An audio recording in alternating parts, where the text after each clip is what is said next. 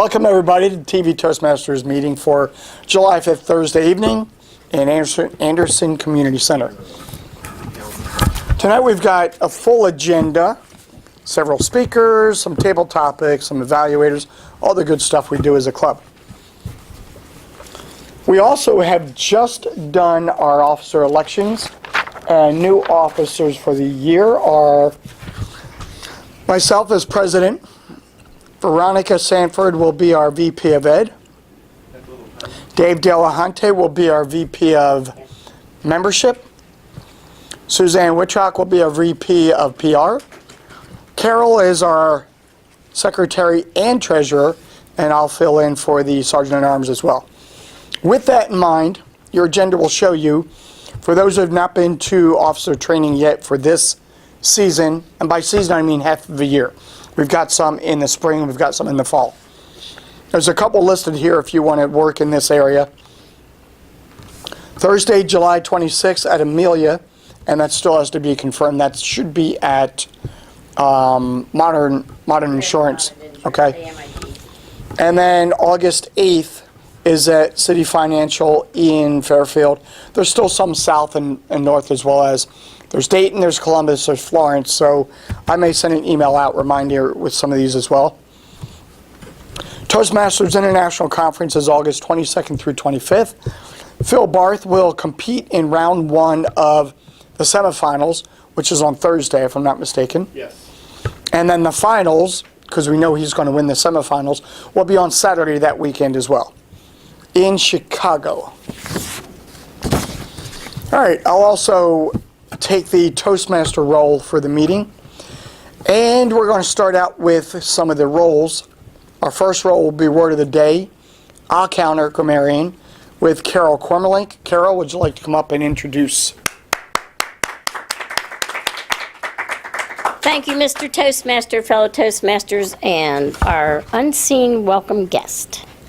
The word of the day is on your agenda.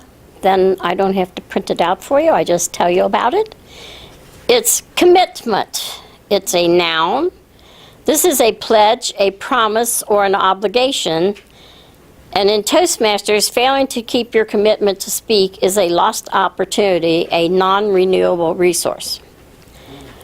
My job is to encourage you to use the word commitment when you come up to the lectern, and I will also be counting your ums and ahs, you knows, so's, all the killer filler words that we try to get rid of when we are speaking at the lectern. Mr. Toastmaster. Thank you very much, Carol. And the word's commitment. Commitment. Good, because I'm looking for a commitment from officers to attend the upcoming, what is it, Club Officer Training, COT, Club Officer Training. Very well, thanks. Carol, you've got Pathways Educational Moment. Is that just a club briefing is what you're going to give? Yeah. Okay, so let's bring Carol up to give us some updates on Pathways and the education program with that. Carol, thank you. Thank you, Mr. Toastmaster. Again, this is one thing I am passionate about, I'm committed to, and it's going to be the hardest role that you've ever loved. The hardest job is to learn all this.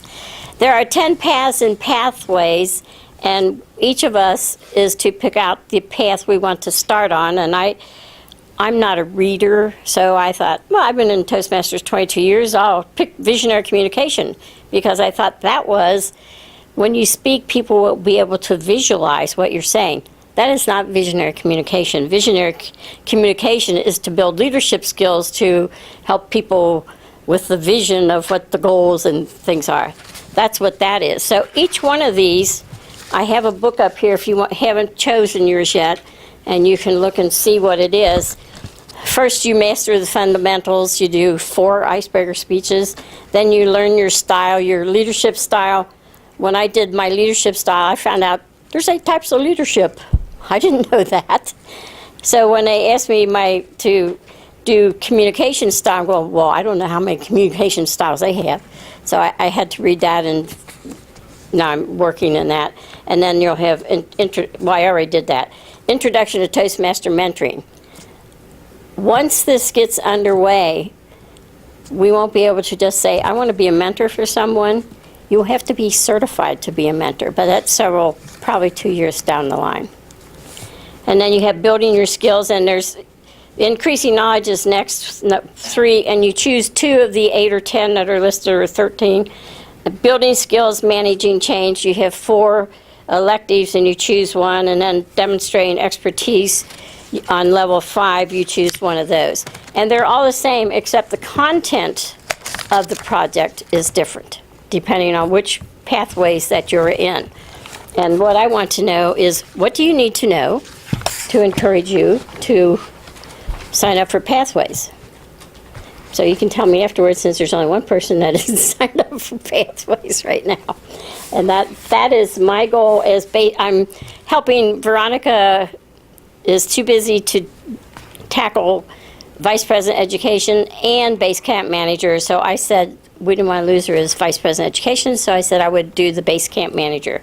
And that's what I need to know. And I'll be checking with each of you. I need to know which pathway you are doing, so I'm supposed to be keeping track of where you are in it and encourage you what the next step is and when to get it going.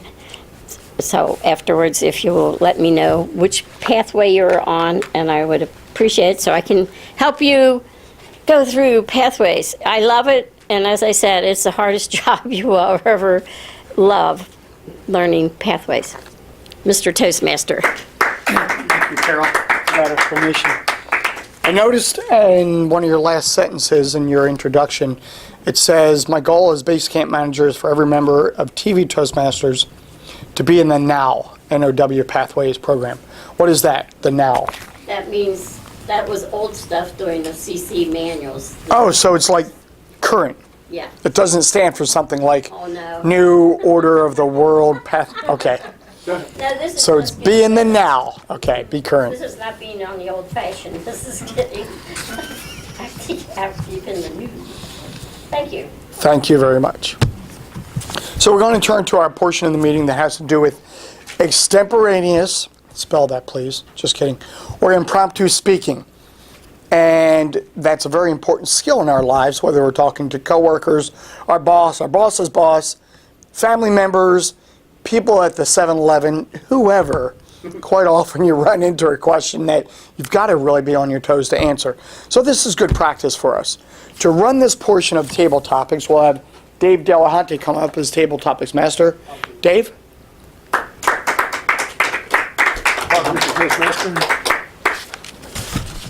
Well, good evening, fellow and Madam Toastmasters. Today the table topic is going to surround Independence Day. And the first one is going to be, yesterday, America celebrated its 242nd birthday. What do you think was the most important aspect of the American Revolutionary War, and why? Sean. Thank you, Mr. Table Topics Master. Let me repeat the question.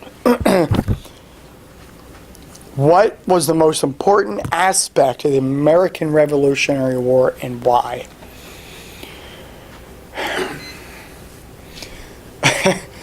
You probably all know and have heard me speak of colonial times, and one of my favorite figures is Ben Franklin, not just because he was involved in the war, but he was involved in creating our nation, Philadelphia and Pennsylvania, when it comes to the city and state where he lived. He was a statesman. He had connections and often traveled to England and France. He was an engineer, he was an inventor, he was a politician, and he was a cheerleader. Some of the inventions he created were very, very wild. That can be a whole nother speech. But the important thing for us and him was his constant barraging of the French government. Because at that time there was a big rivalry between France and England, and we were in a war to the death with England, and he tried his hardest, time after time after time, to compel France to some fashion get involved in the war. Eventually they did. I think when they saw some of the tide turning on the battlefield, the colonials were winning some of the battles, not very decisively all the time, but enough to make enough sense. And because we got France involved, because of Ben Franklin's laying the road and continued to ask the French Navy came up and created the Armada that finished off the British at Yorktown, stopped them from being able to retreat, and eventually ended the war. So for me, it's Ben Franklin's insistence and nagging and doggedly commitment to getting France involved. Mr. Tabletop Master.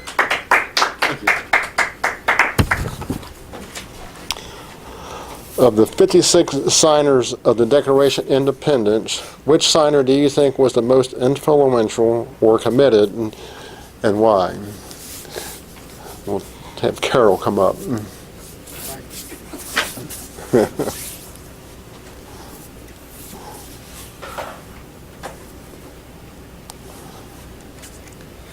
Thank you for that difficult question. I am not schooled in that as much as I should be.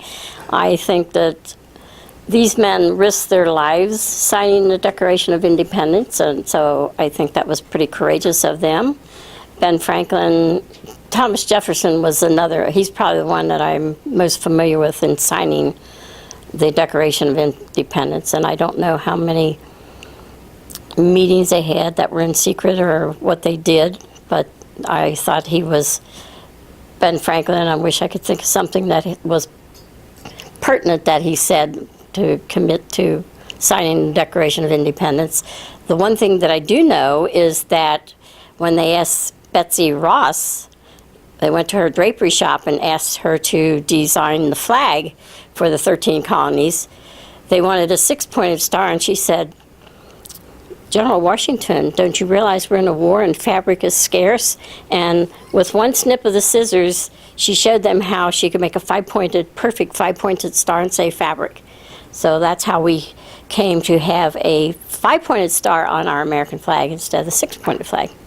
Mr. Toastmaster, Mr. Tabletop Master.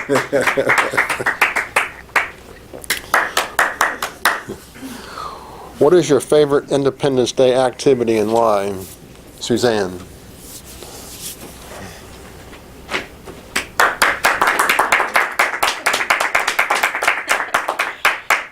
Well, my favorite Independence Day activity, since I've been here for about 24 years now in the United States, I wasn't born here, it's kind of,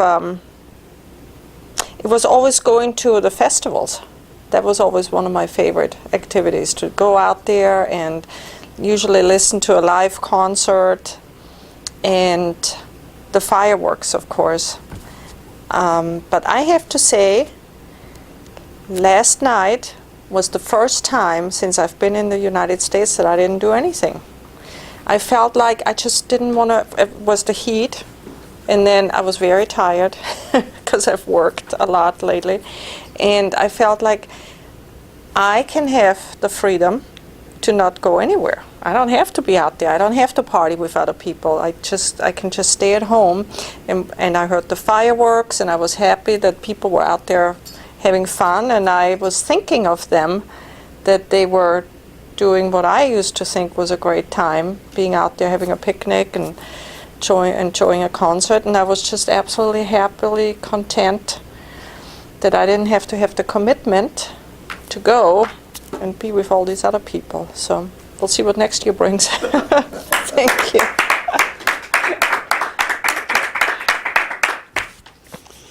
We'll turn it back over to Mr. Toastmaster. Thank you, Dave. Mr. Tabletop Master.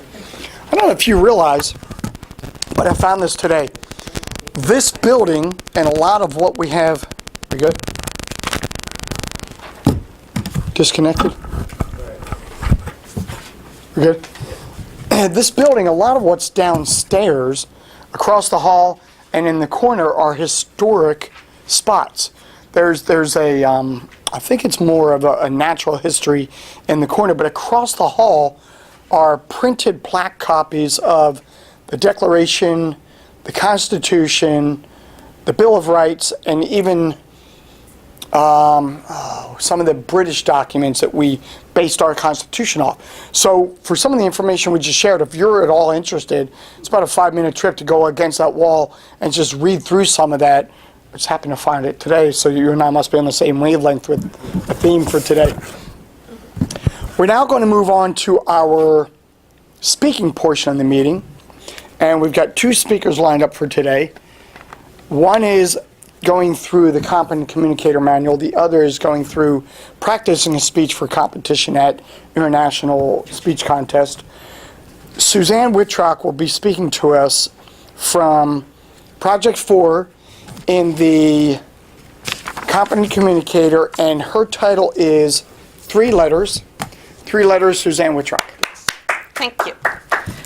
Good luck. So, fellow Toastmasters, guests, unseen, three letters. The letters are I, A, and M. And when you put these three letters together, they form a sentence, I am. So, what is I am? How is I am? And why is I am?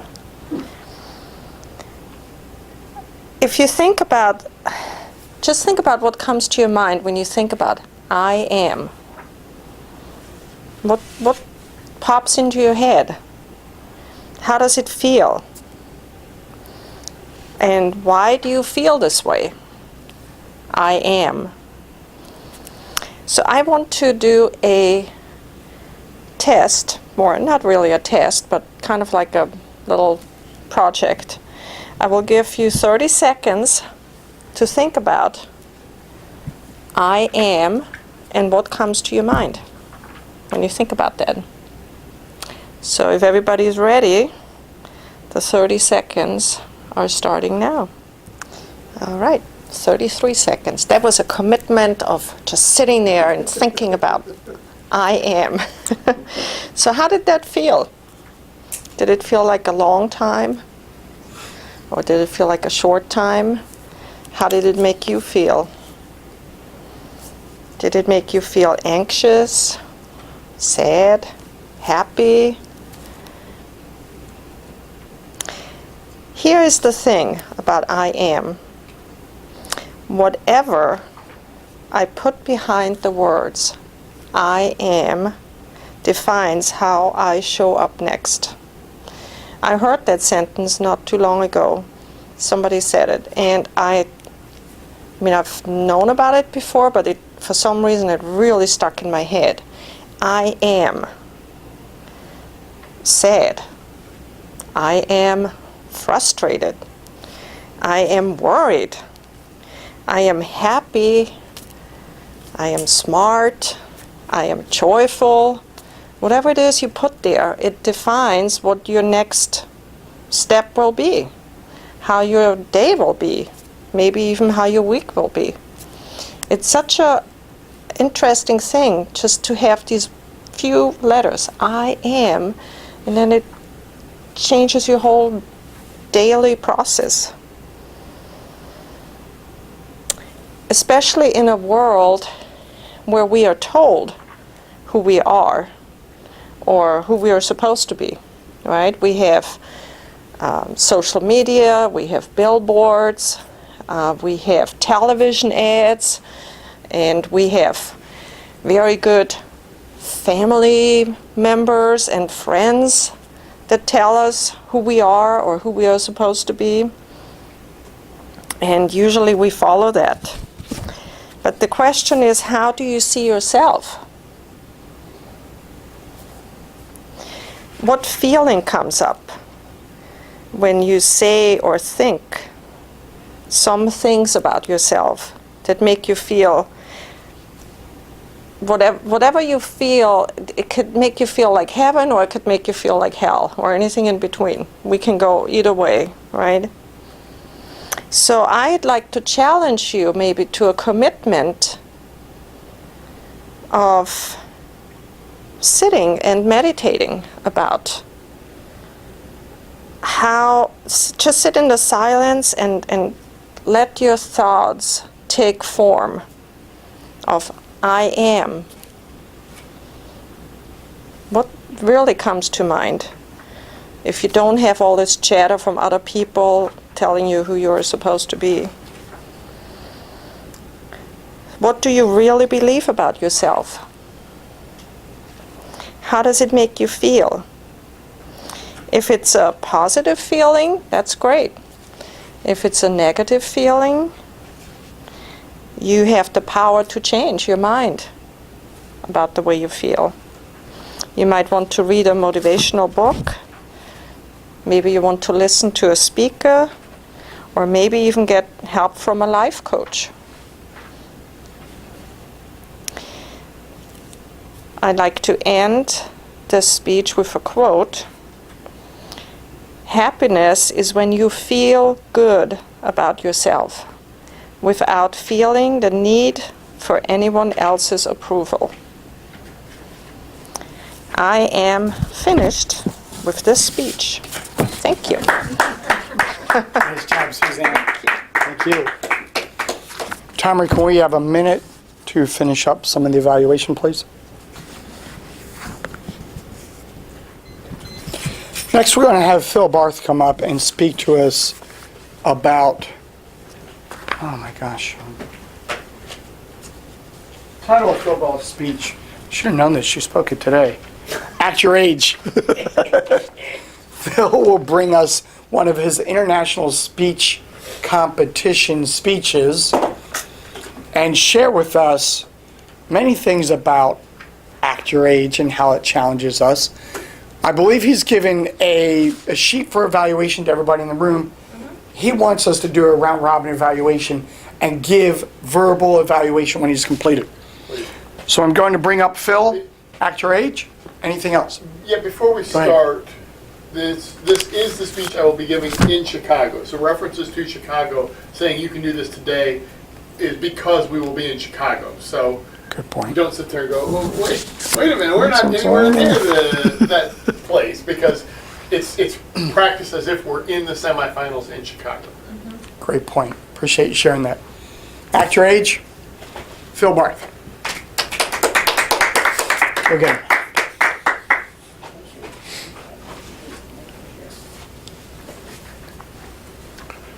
I'm floating on a jet ski. Ahead of me lies the Atlantic Ocean. Sitting right behind me, my wife Beth. On a jet ski over here, my son Kenny. On a jet ski over here, my son Joe. All of the sudden, Kenny takes off at 57 miles an hour. Joe takes off at 57 miles an hour. So Beth and I take off at 27 miles per hour.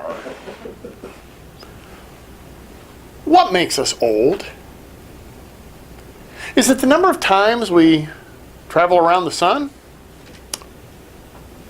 Is it staying out too long in the sun? Or is it the way we respond to a question from our teenage son?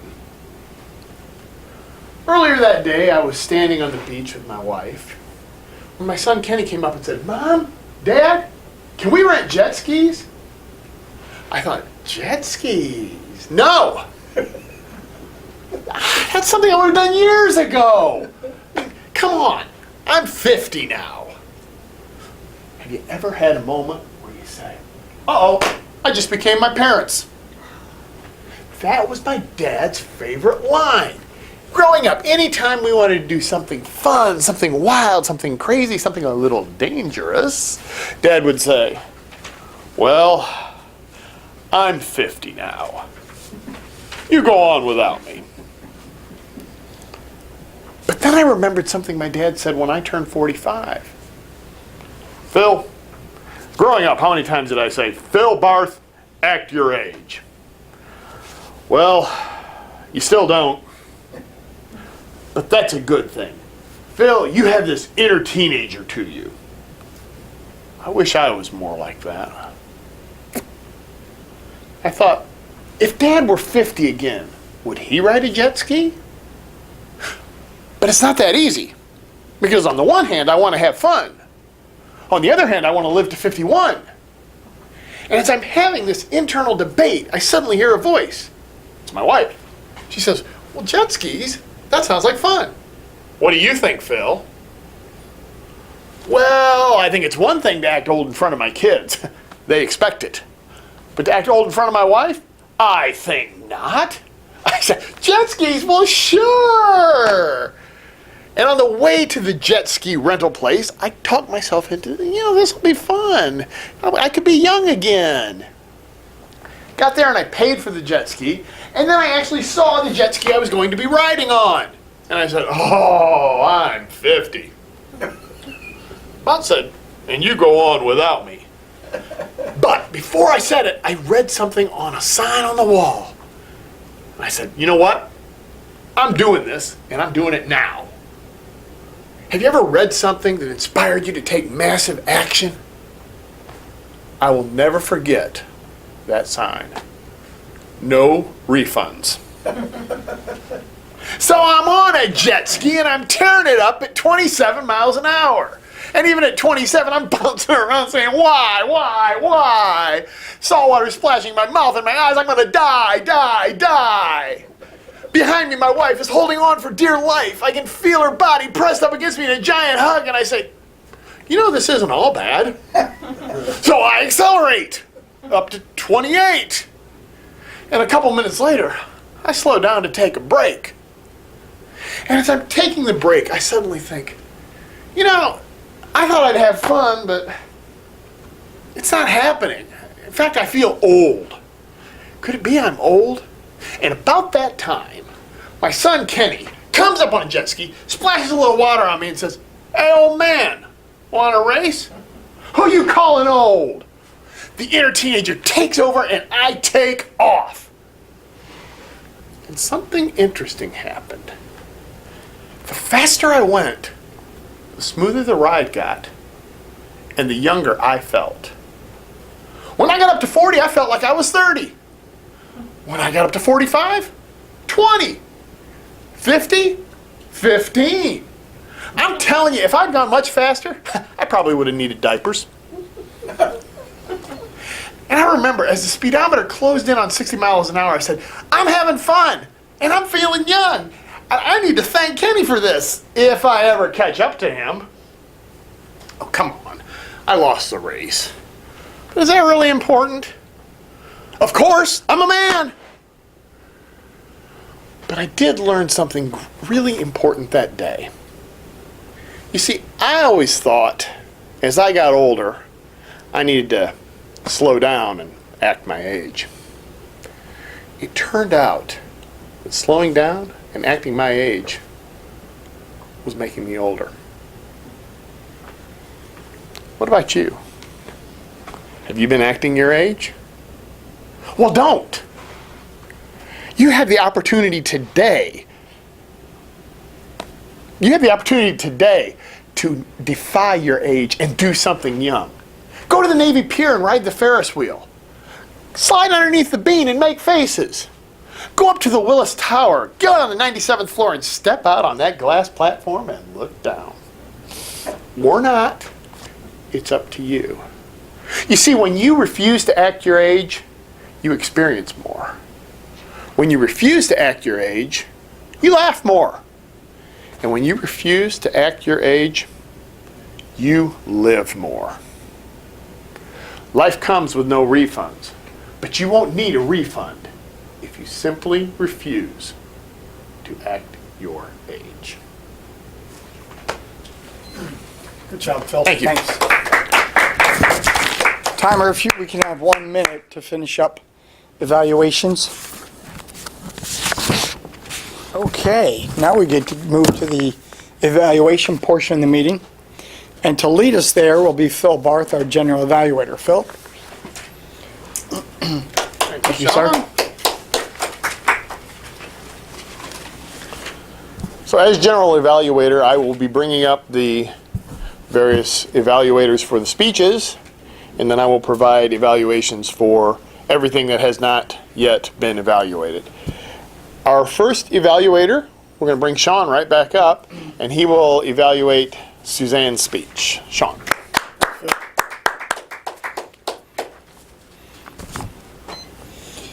Three letters. It was very interesting the way you started out with that. because it took me a while to put them together as you showed us how to put them together. I'm thinking, what do these letters start? What words is she trying to get in my head? And then you made it so simple, took me a while to catch up to, oh, I am. That was fun in the fact that it was challenging because of the simplicity behind it. I was looking for a grandiose scheme, and you went very simple to something we can all relate to. And it was nice how you brought us to the point of considering and pondering who we are, using those two words and filling in behind the blanks. Quite often you went to the point to say, social media, society, people around you, don't let them define you. Don't let them fill that in. Go back to who you want to be. Go back to deciding what word to put in there and make that part of your life as you go forward. You even said toward the end something about I took it as creating a vision and a feeling. From using those words, how it makes us feel, and maybe a meditative process with it. It was very interesting in getting your audience involved in that. Your audience participation was strong. You continued to ask questions of the audience, have us reflect on it, but I caution you on that. Often you were turning it over to the audience, and as an audience member, after several times that, I wasn't sure what I was supposed to do. So do that 2 or 3 times, but once or twice, maybe get someone to actually answer. Get a response back, because our thoughts were so deep and directed to think, I didn't do anything with that thought. So maybe have a small back and forth session with one member just to try to get that input back, because you asked for it and we didn't actually get to give it back, if that makes any sense. There was a lot of things you do well in your speaking. You're very methodical, you're very careful about how you present, the words you use, the grammar you use. It comes off very strong and polished. The one thing about this project that I'm going to challenge you to focus on in the future, because you shared with me in advance, there was some of this you were having trouble defining. The one part that I think is a very strong skill to build is descriptive words, vivid words. So there wasn't a lot of that in this speech, but in the future you can certainly do that. Usually vivid words, descriptive words come from being somewhere. Going on a vacation, you haven't been somewhere before. Phil used it somewhat when he started talking about Chicago. If you go to a beautiful outdoor park, if you visit a country you've never been to, if you have a meal that you haven't experienced before, use those kind of picture painting words. So your words can get us to feel, think, and hear what you're going through in that experience. So an experience can be turned into description. Use that in a future speech so you can build that skill. Other than that, I think it was a very well thought out speech. You use simple words in I am to help each of us think about who we are, but who we might want to be in the future. So this was an inspirational speech as well. I like what you delivered today, Suzanne. Mr. General Evaluator. Thank you.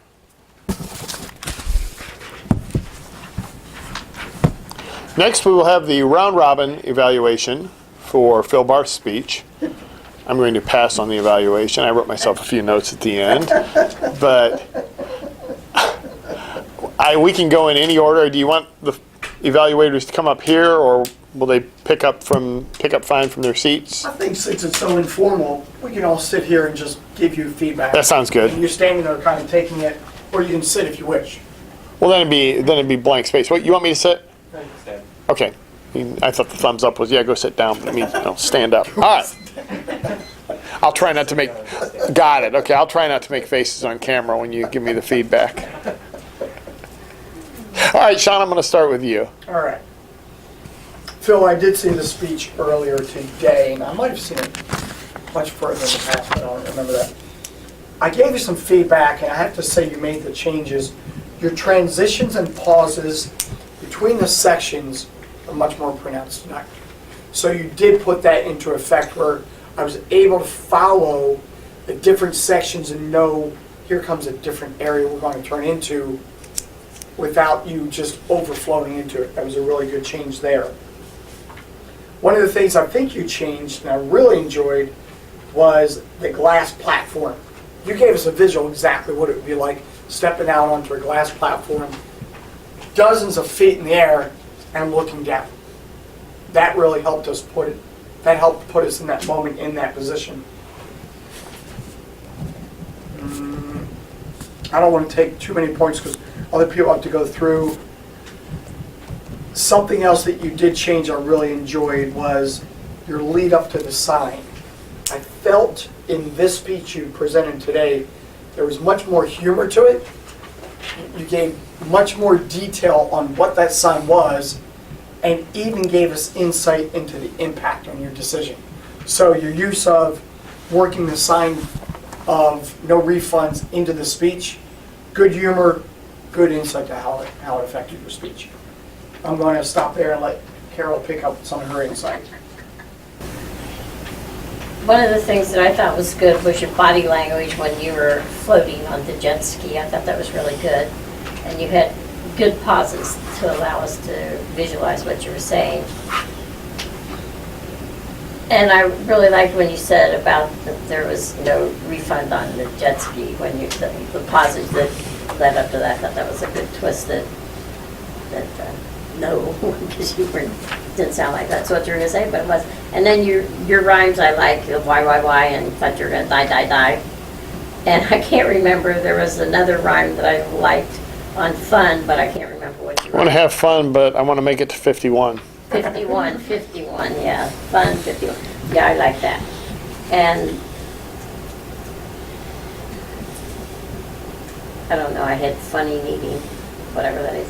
And then how would you transition from take a break moment to, hey, oh man, I don't remember that you said take a break, if you were just, I don't know. I don't know that I did this time. Okay. And I do remember, hey, oh man, you want to race, but I forgot it was your son asking you that. Oh, okay. And backing up the or not, when you're backing up or not, and you maybe a little longer pause when you twisted that twist. Okay. And what's the most that I'll remember is the don't act your age concept, because I was a resource person for Claremont County, went around giving speeches on don't act your age, so that resonated with me. Thank you. Good job, Carol. Mr. Dave? Dave. I thought overall it was great. It was the first time I heard it. You had a lot of humor. Your body language was great. I liked the part about where you done the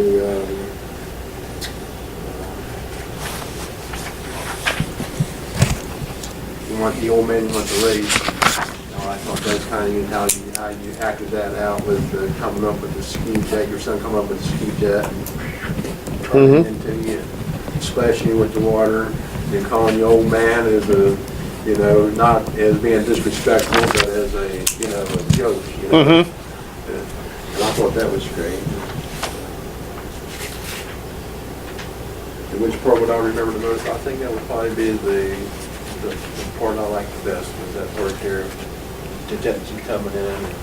Oh man, you want to race? Thank you. Good.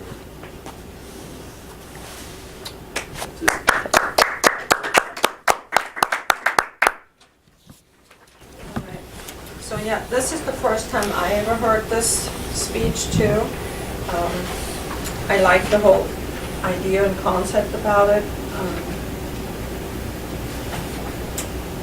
And I agree with the old man want to race. I think that was a really great way how you showed how your son came up. And I felt the same way. The old man was more like almost like a love thing, it was not meant to be disrespectful too, yeah. When you were talking about the sign, I really liked it, and you said, oh, then I saw the sign, and I'm like, okay, what did the sign say in my head? I'm making all up all these signs, and then it's the no refund sign, so I thought that was really clever, so. Thank you. That was very good. I could really feel the aging process. Yeah, I'm becoming my mom, You really related that very well.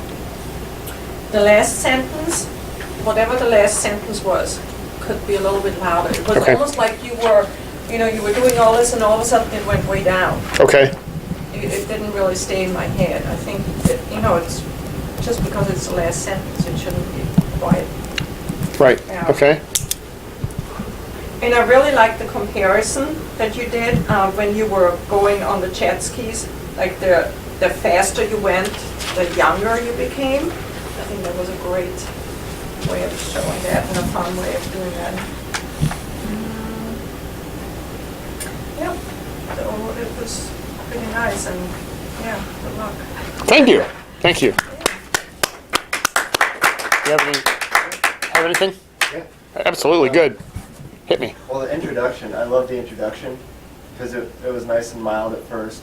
And you're like, boom, my son came out from the left. Boom, my son came out from the right. Yeah. And it really got my attention, so I enjoyed that. I'm probably like the least relatable to this because of my age, Mm-hmm. but I still thought it was a great speech. It's funny, but it's still engaging and effective, and it gets a message across. Let's see. One thing you were saying, was it important to win the race? And then you're like, yeah, of course it was important to win the race. I think there should have been like a bigger gap there between that. Yeah. Good point. Yep. Because it was like really sudden and I couldn't even like think about it fast enough. But yeah, that's about it. And of course the sign. I love that because I was thinking, oh, it's going to be some really deep metaphorical sign. So that was pretty great. Thank you. Good speech. Thank you.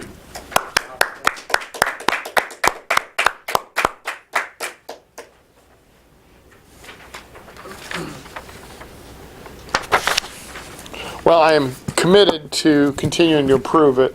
I have commitment to continue to improve my speech. Oh, and a completely unrelated thing, our grammarian will now tell us who used word of the day and how many ums and ahs we had. So let's welcome up Carol Cormelink.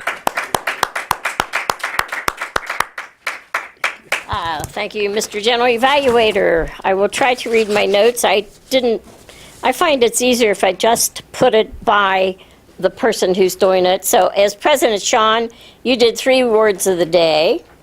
As Toastmaster, you did 2 so's. I really didn't hear a lot of things about you. I heard some later while you were thinking. On the Pathways moment, I didn't hear anything. Probably was. Table topics. Sean, I didn't hear anything. I used the word of the day twice. Susan used the word of the day once. Dave, during your evaluator feedback in the round robin, you used 2 times, Susan, you used 3 times, 1 lip smack, 1 double clutch. You started a sentence, that was, and started again, that was. And you had 2 yes and 1 yep.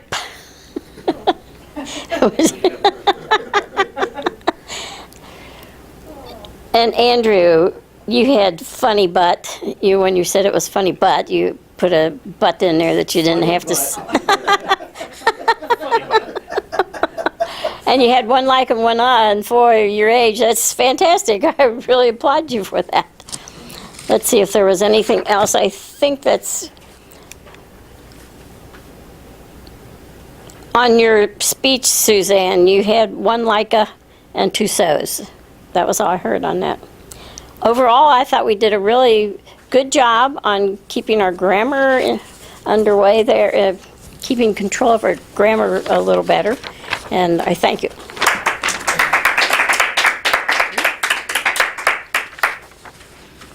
We will now have our timer report from Dave. So, Dave, if you would come up and...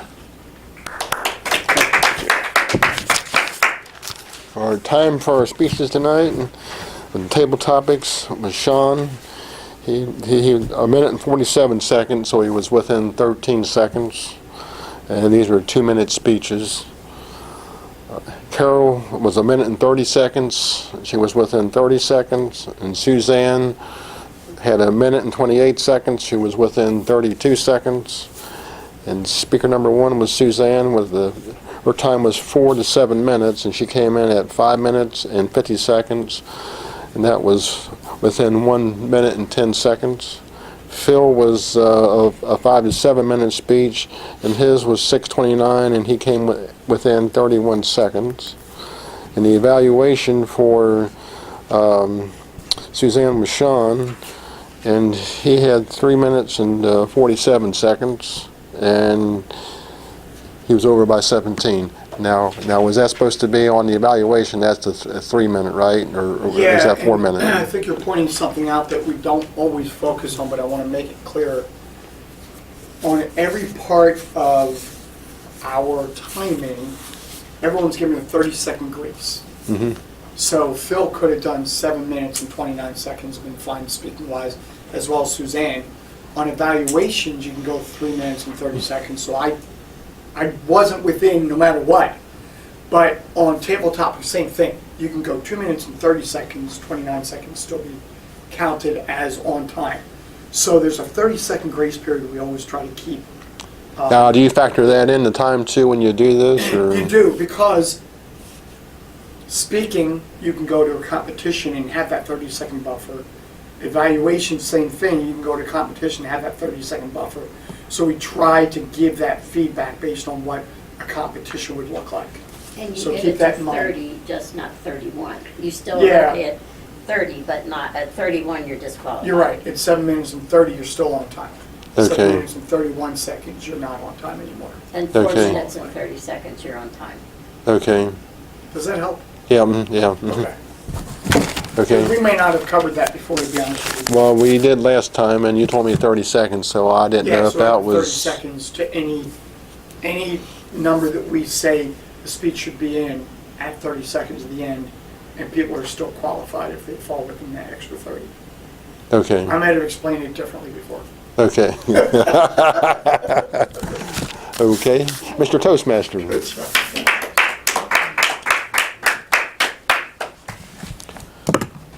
And now as the general evaluator, I will evaluate generally. Table topics. I enjoyed the questions, Dave. I thought the first one was a bit difficult, but Sean, you handled it quite well. When they said signers of the Declaration of Independence, was that the first one or was that that was the second one? Yeah. What was the first one? Impactful. Impactful. The first two were a little difficult. When you said signers of the Declaration of Independence, I thought John Hancock, because that's the big one that I remember. But Sean, you have a lot of historical knowledge and you handled it well. Carol, I like the way you did it. You didn't really have an answer ready on the signer of the Declaration, so you turned it in that minute to something that gave the audience good value about Betsy Ross and the 5-pointed star. So I like that. That's what we say in table topics. If you don't have the answer, you still need to give some sort of answer. So well done. Suzanne, I like the story of staying home because when he asked the question, I thought, stayed home. What did I do yesterday? Well, I was in pool water up to here because it was too hot to do anything else. Then we had family over, grilled, and we stayed home. And basically your story was, that's okay. You know, I came to this country and I used to like to go out, but now I like to stay home on the 4th of July. Nothing wrong with that, and made me feel better about my decision. Sean, I liked your evaluation. You started with a recap and you gave her some feedback along the way. It was kind of the sandwich method. Suzanne, I'm not supposed to evaluate your speech, but I do love that topic. And I think it's funny when you talk about I am because, and you can expand on it, by the way, because with Carol, how you doing? She always says, I am zippy and zesty, right? And so you can tell that's her outlook on life. Because I know some people, how you doing? Oh, I'm tired. Oh, really? Because nobody else in the world ever gets tired. That's go home and take a nap. Don't bring me down. But it is. It's how you answer that question, what I am, that really sets your course in life. So I enjoyed that a lot. Carol, good job of setting up the meeting, telling us what was coming up, encouraging certain members in the club to start pathways. I will. It is the 27th. On the July 27th, I'm going to put a pitch in here. July 27th for the officer training in Amelia, and the reason I'm putting a pitch in is because they gave me a spot there to practice both of my speeches in a big room. It will be at American Modern. 27th. Isn't that what you said, the 27th? Thursday's the 26th. Thursday, the 27th. So, 26 is Thursday. I'm sorry, the 26th. So did I get that date wrong? You got the date right. It's Thursday the 26th. It's whatever that Thursday is. You had it. You had it right. It is in Amelia. It is at American Modern Insurance. And I do have a spot on the agenda to practice both of my speeches. I asked Michael Pope today, I said, where do you think I could get a large audience? Because I want a large audience to see how it plays, see how the timing goes, see how it works on a big stage, video it. And by the end of the day, he had me on the agenda for the 26th. Great. Yep, and so thank you for letting us know. I like being after the grammarian because I can sit here and say so and That's all I have for evaluation. I'm going to turn it over to our Toastmaster, Sean, or am I going to close? No, I'm going to turn it back to you. That works fine. All right. Thank you, sir.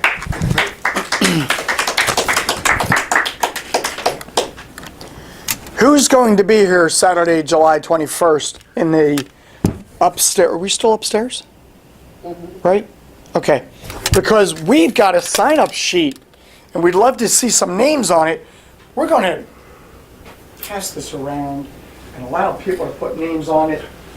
And allow people to... Would you demonstrate how we put names on it? Yeah, where's the unavailable slot? There we go. Yeah, got it. So we'll pass that around and have some people sign up. I've been asked to encourage that we put more names on the sheet in advance. I'm supposed to go to the soccer officer training, the executive officer meeting that day up in Columbus. Well, I'm not interested in soccer, so I don't care if I go to that. They're combining soccer and the executive meeting?